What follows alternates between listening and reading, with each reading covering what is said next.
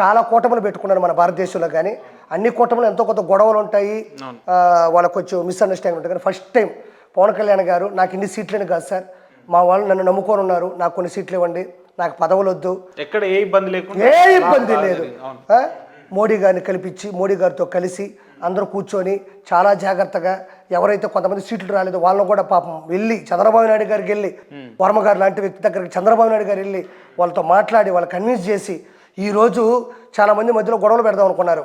అది ఏం లేదు, కరెక్ట్ వారం రోజులు అటు ఇటుగా ఉండింది. పవన్ కళ్యాణ్ గారు త్యాగం, పవన్ కళ్యాణ్ గారు అంటే ఆయన ఎక్కువ ఊహించుకోకుండా నాకు ఇది కావాలని, నాకు ఏదైనా పర్లేదు సార్ రాష్ట్రం బాగుండాలన్నాడు. ఈరోజు 21 సీట్లకు 20 సీట్లు కొట్టేశారు. మన భారతదేశంలో ఇంతవరకు అలాంటిది ఎవరిది లేదనుకుంటా. నిలబడ్డ అన్ని సీట్లు గెలిచి, కానీ జనసేన నిలబడ్డ సీట్లు 2 ఎంపీ సీట్లు 21 మొత్తం గెలిచిపోయింది. ఇది మామూలు విషయం. వైనాట్ 175 అన్నారు కదా, అసలు వైనాట్ 21 అనాలా, వైనాట్ 21 వీళ్ళ ట్యాగ్ మర్చిపోయినట్టు, మరి మర్చిపోయినట్టు. వైనాట్ 21, వైనాట్ 2 ఎంపీస్, మామూలు విషయం కాదన్నది, అది చరిత్ర. అంటే ఇది వైసీపీ జగన్ గారి కోపంతో వేసిన ఓట్లు తప్ప అభివృద్ధి విషయంలో అయితే కాదంట. అస్సలు అభివృద్ధి అనేది ఎక్కడా లేదు. మా పక్క అభివృద్ధి అంటే బూతులు తిట్టడమే మా అభివృద్ధి, గొడ్డలతో నరకడం మా అభివృద్ధి, ఎదురొచ్చిన వేసుకుంటా పోవడం మా అభివృద్ధి. కానీ ప్రచార ఆర్భాటాలు చూస్తే తారస్థాయిలో ఉన్నాయి కదా. అలా ఇప్పుడు ఒకటి చెప్తావు, గుర్తుపెట్టుకో, నా వల్ల నువ్వు పడ్డ ఇబ్బందికి నేను కనబడ్డప్పుడల్లా నవ్వుతావు, ఓటు విషయంకి వచ్చే టైంకి ఆలోచిస్తావు, అంతే. కడుపులో పెట్టుకుంటలే. సజ్జల రామకృష్ణ రెడ్డి చెప్పినట్టు సైలెంట్ ఓటింగ్ జరిగింది టీడీపీకి, కూటమికి. ఇంకోటి చెప్పనా, చదువుకున్న వాళ్ళు పోస్టల్ బ్యాలెట్ ఉంది కదా ప్రభుత్వం, ఒక్క ఓటు కూడా జగన్మోహన్ రెడ్డి పల్ల, ఒక్క ఓటు కూడా. 5,42,000 పోలైతే ఒక్క ఓటు కూడా పల్ల. మన ఉద్యోగాలు ఉన్నోళ్ళు వేయలేదు, చదువుకున్న ఉద్యోగం రానోళ్ళు వేయలేదు, డ్రైవర్లు వేయలేదు, ఆటో వాళ్ళు వేయలేదు, ఎస్సీ ఎస్టీ మైనారిటీ అసలు ఎవ్వరు వేయలేదన్న, అస్సలు ఎవ్వరు వేయలే. ఆ చివరకు కూడా వాళ్ళ ఆలోచనలతో బతికేటోళ్ళు ఉంటారు చూడు, రౌడీలు, వాళ్ళే ఓట్లు వేసారు వాళ్ళకంతే, ఎవ్వరు ఓటే. అందుకే కదన్న భారీ మెజారిటీలు వచ్చాయి.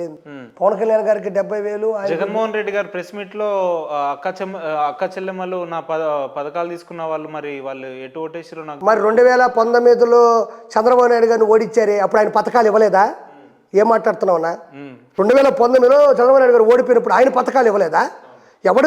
ఎవడు సొమ్ముతో ఇస్తావు నువ్వు పథకాలు? ఎవడు నాయన సొమ్ము అదే? ప్రజల సొమ్ముని ప్రజలకు ఇవ్వడానికి కూడా నీ ఫోటో ఏంది? ప్రజల సొమ్ముని ప్రజలకు ఇవ్వడానికి నీ ఫోటో ఏంది? ల్యాండ్ టైటిలింగ్ యాక్ట్ అని పెట్టేసి నవరత్నాలు అని అన్నారు కదా, వచ్చాయిగా నవరత్నాలు. ఇప్పుడు నవరత్నాలు వచ్చి నవరత్న తైలం తీసుకుని కొడుచుకుంటాడు. ఆ రోజా ఉంది, ఆ కొడతాడు. జగనన్నయ్య ఈ పక్క పెట్టమంటే ఆయిల్, ఈ పక్క పెట్టిన ఆయిల్, అన్నయ్య ఆడు కొట్టక వస్తాడు, ఆడు రెండు వేస్తాడు నోట్లో, కొట్టకని వరుకుంటే జగన్మోహన్ రెడ్డి కూర్చుంటాడు. కథం అయిపోయింది, కథ ముగిసింది. వెంకటేశ్వర స్వామి ఎగిసి తన్నాడు, ఒకటే మందల. వెంకటేశ్వర స్వామి ఎగిసి తన్నాడు. చిరంజీవి గారు లాంటి ఒక గొప్ప వ్యక్తిని అందరి ముందు దండం పెడుతుంటే వీడియో తీసి పెట్టాడు. పాపం సుధాకర్ రెడ్డి కావచ్చు, తోటా చంద్రయ్య గారు కావచ్చు, వీళ్ళందరినీ కూడా చంపి ఊపిరి తీశాడు. ఆ ఉసురు కొట్టి సినిమా ఇండస్ట్రీ వాళ్ళు ప్రెస్ మీట్ పోతే కూడా ఈయన పక్కన లేడు కదా. ఎవరు అని ఉండడు. నీకు ఏందన్నా బయట పడేసి కారులు నడుచుకుంటా వచ్చి ఆ పేని నాని, ఆ డెకాయిట్ నాకు ఒక పోసా అని వాళ్ళ పక్కన నిలబెట్టించి వాళ్ళ చేత సలహాలు ఇప్పించి, పోసాని కూడా అదే బ్యాచ్ వాడు చెప్పాను కదా, ఎఫ్డీసీ చైర్మన్ అంటే ఏం చేయాలి, ఫిల్మ్ డెవలప్మెంట్ కార్పొరేషన్ చైర్మన్ ఏం చేయాలా, ప్రెస్ మీట్లు పెట్టి మా ఇండస్ట్రీకి ఇది లేదు, అది ఉంది, ఇది కావాలా, ధరలు, ఎగ్జిబిటర్లు, డిస్ట్రిబ్యూటర్లు, సినిమా రేంజ్ ఏంది చెప్పాలి కదా. వీడు చెప్పేది ఏంది? చంద్రబాబు నాయుడు గారు మాంకే ఎన్నిపోటు పొడిచాడు, గుండెపోటు పొడిచాడు, జగన్ ఒక ఏ రోజని ఎఫ్డీసీ చైర్మన్గా వీడు ఒక ప్రెస్ మీట్ పెట్టాడా అఫీషియల్గా? అసలు ఎఫ్డీసీ చైర్మన్గా పనిచేసే నా కొడుకు వెనక వైఎస్ఆర్సీపీ జెండానో కండువానో ఫ్లెక్సీ వేసుకుని ముందు మాట్లాడేది ఏంది? నువ్వు ఎఫ్డీసీ చైర్మన్ అప్పుడు ఫిలిం నగర్లో ఉండే ఫిలిం ఛాంబర్ దగ్గర, లేకపోతే ఎఫ్ఎన్సీసీ క్లబ్ దగ్గర, లేకపోతే ఇంకో చోట నువ్వు పెట్టి చేయాల్సింది. కానీ వెనక సిద్ధం, మేమంతా సిద్ధం అని ఫ్లెక్సీలు పెట్టి ముందర నువ్వు మెడలో వేసుకుని ఈ నా కొడుకు ఏడిపోయి డెకాయిట్ నా కొడుకు, నా కొడక మైహోం పూజలో 4 ఫ్లాట్లు, నా కొడుకు ఒక్కటి 10 కోట్లు 40 కోట్లు, ఈ నా కొడుకు 4 గన్మ్యాన్లు. ఏం పొడిచాడు అసలు? ఈయన కొట్టినా కుక్కను కొట్టినా ఒకటే. ఇలాంటి కుక్కకు కూడా గన్మ్యాన్లు కావాలా? ఈడి మీద చెయ్యేసే కుక్క ఎవరుంటారు చెప్పు? ఈ డకాట్ నా కొడుక్కి ఈయన కొట్టినా, పందిని కొట్టినా, కుక్కను కొట్టినా, బర్రిని దొరుకుంటామని 3 ఒకటి. ఈ నా కొడుకు గన్మ్యాన్లు.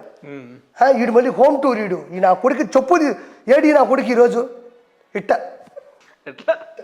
ఏడోడా యాడిపోయినవరా గాడిద కొడక, బయటికి రాబాక నా కొడక, నేపాలి నా కొడక.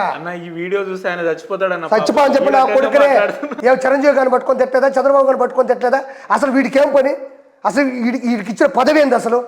ఎఫ్టీసీ చైర్మన్నా లేకపోతే బోకు పర్సనా, ఇటు స్పోక్ పర్సనా, బోకు పర్సనా, ఈ రెండిట్లో ఏందో నాకు తేడా చెప్పు.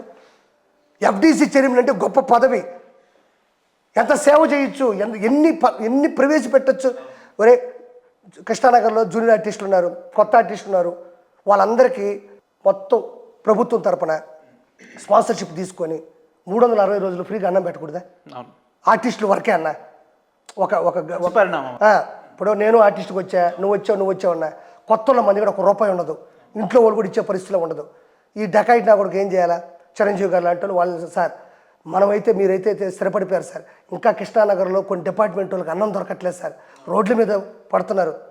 మీరు ఓకే అంటే ఒక బిల్డింగ్ కట్టి 365 రోజులు మధ్యాహ్నం నైట్ భోజనం పెడదాం సార్, ఏ బుధవారం కోడిగుడ్డు పెడదాం సార్, పోనీ సార్ ఇలాంటి పెట్టి వాళ్ళకి అక్కడ క్లాసులు చెప్దాం. డిపార్ట్మెంట్కి వచ్చేసారు పొరపాటు ఉన్న ఇట్లాంటిగా చెప్పుకోవాలి. కానీ జగన్మోహన్ రెడ్డి గొప్పోడు, వైఎస్ రాజశేఖర రెడ్డి గొప్పోడు. అవునన్నా, ఇప్పుడు ఆ లెక్కన చూసుకుంటే స్వయంగా ముఖ్యమంత్రి గారు చెప్పినారు కదా, మీరు వైజాగ్కి షిఫ్ట్ అవ్వండి, భూములు ఇస్తా. ఎవరు ముఖ్యమంత్రి? ఇప్పుడు ఎందుకు ముఖ్యమంత్రి అవుతారు? ఆనాటి ముఖ్యమంత్రి. అసలు ముఖ్యమంత్రి పదవి అతను ఓడబాక, నువ్వు అతను ఎప్పుడు తీసేశారు అతన్ని. సరే మీరు చెప్తున్నాడు మాజీ ముఖ్యమంత్రి అనుకుందాం. యాడున్నాయి విశాఖపట్నంలో భూముల ఆడు ఏటు విజయసాయి రెడ్డి ఎప్పుడు ఎత్తుకో మడిచిపోతే వాడు భూముల్ని ఇట్ట మడిచి నలుగురు కూలీలు పెట్టుకుని ఎత్తుపాడా డకాయిట్ నా కొడుకు ఏటు విజయసాయి రెడ్డి.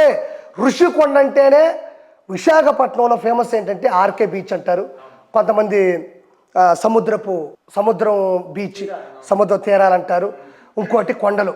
విశాఖపట్నం ప్లస్ ఏంటంటే బీచ్లు, కొండలు. ఋషికొండ ఏడుంది? ఈడమ్మ ముగుడిది అదే. ఎవరిది అది? ఋషికొండ ఎవరిది? ఋషికొండ ఎవరిది? ప్రజలది, ప్రకృతి వనరులది. ఇంకోటి ఏంటంటే టూరిస్ట్ ప్లేస్ అది. ఒక కొండ అంటే కొండని కోల్చవచ్చు, ఎప్పుడు కోల్చాలి? దానివల్ల ఏ ఉపయోగం లేనప్పుడు, ఆ కొండ అడ్డంగా ఉన్నప్పుడు కోల్చాలా? విశాఖపట్నంలో అన్ని భూములు ఉన్నప్పుడు ఆ కొండ కింద కట్టుకోవాల్సిన అవసరం ఏముంది? ఆఫీసులు అవన్నీ, అది వ్యతిరేకత కాదా? సముద్రం నీళ్ళు అమ్మేద్దాం అనుకున్నాడు, కానీ అన్ని లాగినా ఓడతానే ఉండేసరికి వదిలేశాడు. నీకు తెలీదు, 4 బకెట్లు తెప్పించాడంట, లాగుతూ ఉంటే మళ్ళీ వస్తూనే ఉన్నాయంట నీళ్లు, లాగుతూనే ఉన్నాడంట, వస్తూనే ఉన్నాయంట నీళ్లు. ఫ్లోటింగ్ బ్రిడ్జ్ మూడు దారాలు వేసి కట్టాడు. జగనన్న నేను ఒక దారం కట్టా, 3 దారాలు వేసి కట్టి 4 పుల్లలు ఉంటాయి కదన్న, 4 పుల్లలు ఎట్టి పెట్టాడు. పోతా గబక్కని పడిపోయింది. ఫ్లోటింగ్ బ్రిడ్జి అంటే ఎవడు ఎదవనా కొడుకులు ఇక్కడ జనాలు. ఏంది ఫ్లోటింగ్ బ్రిడ్జ్ బాబాయ్? చెప్పండి, దయచేసి చెప్పండి. ఫ్లోటింగ్ బ్రిడ్జ్ అంటే కొన్ని కోట్ల రూపాయలు ఖర్చు పెట్టి ఇంజనీర్ని పిలిపించి దానికి ఏ స్ట్రాటజీ ఉంది, ఏ స్థాయిలో పెట్టుకుని ఆ పుల్లలు ఉంటాయి కదా, రుషికొండ దగ్గర కొట్టేసినప్పుడు చెట్లు పడేసాడు, ఆ పుల్లలు తెగించి ఇట్టొకటి పెట్టి 3వ రోజు మునిగిపోయింది. అది ఏది చేసినా అట్టే ఉంటుంది లేబ్బా, ఒకటి కాదా, ఒక కర్మ. యాడి ఎంపీ మొత్తం పోయినది, తుడిచిపెట్టుకుపోయారు. సరే, రాబోయే రోజుల్లో వీటన్నిటి మీద ఎంక్వైరీలు ఉంటాయా? ఎంక్వైరీ స్టార్ట్ అయిపోయినాయి. ఎంక్వైరీలు ఉంటాయా? ఏంది ఇంకా ముఖ్యమంత్రి గారు ప్రమాణ స్వీకారం చేస్తారయ్యా? ప్రమాణ స్వీకారాన్ని ముందు పోలీసులు చెప్తే ఏంట్రా? మరి ఒక నిఘా పెట్టారు, రెడ్ బుక్ తెలుసుగా నీకు, మొదలెట్టావు. లోకేష్ బాబు గారిదా? ఆయన ఇంకెవరికి ఇవ్వడది, ఆయనే రాసుకుంటాడు, ఆయన ఇంప్లిమెంట్. మీకేమన్నా తెలుసా అందులో ఎవరెవరి పేరు? నేను ఒకసారి చూద్దామని పోయినా, నన్ను రానిలా, నిజంగా చెప్తాను, మదర్ ప్రామిస్గా నన్ను రానిలా, బయటకు పోన్నారు. ఎందుకంటే నా శత్రుత్వం నాకే కావాలన్నాడు. నేను కొంచెం పంచుకుందామని వెళ్ళా, నన్ను దగ్గరకు రానిలే. సరే, ఇప్పుడన్నా దగ్గరికి రానిస్తారా? ఇప్పుడు వాళ్ళ దగ్గరకు రానియాలని నేనేం చేయలే. దగ్గరకు రానిస్తే పోతా, లేకపోతే నా చేపల పులుసు వండుకుంటా, నా కర్మ నేను పడతా. అది బట్ ఐఎమ్ ద పొలిటీషియన్.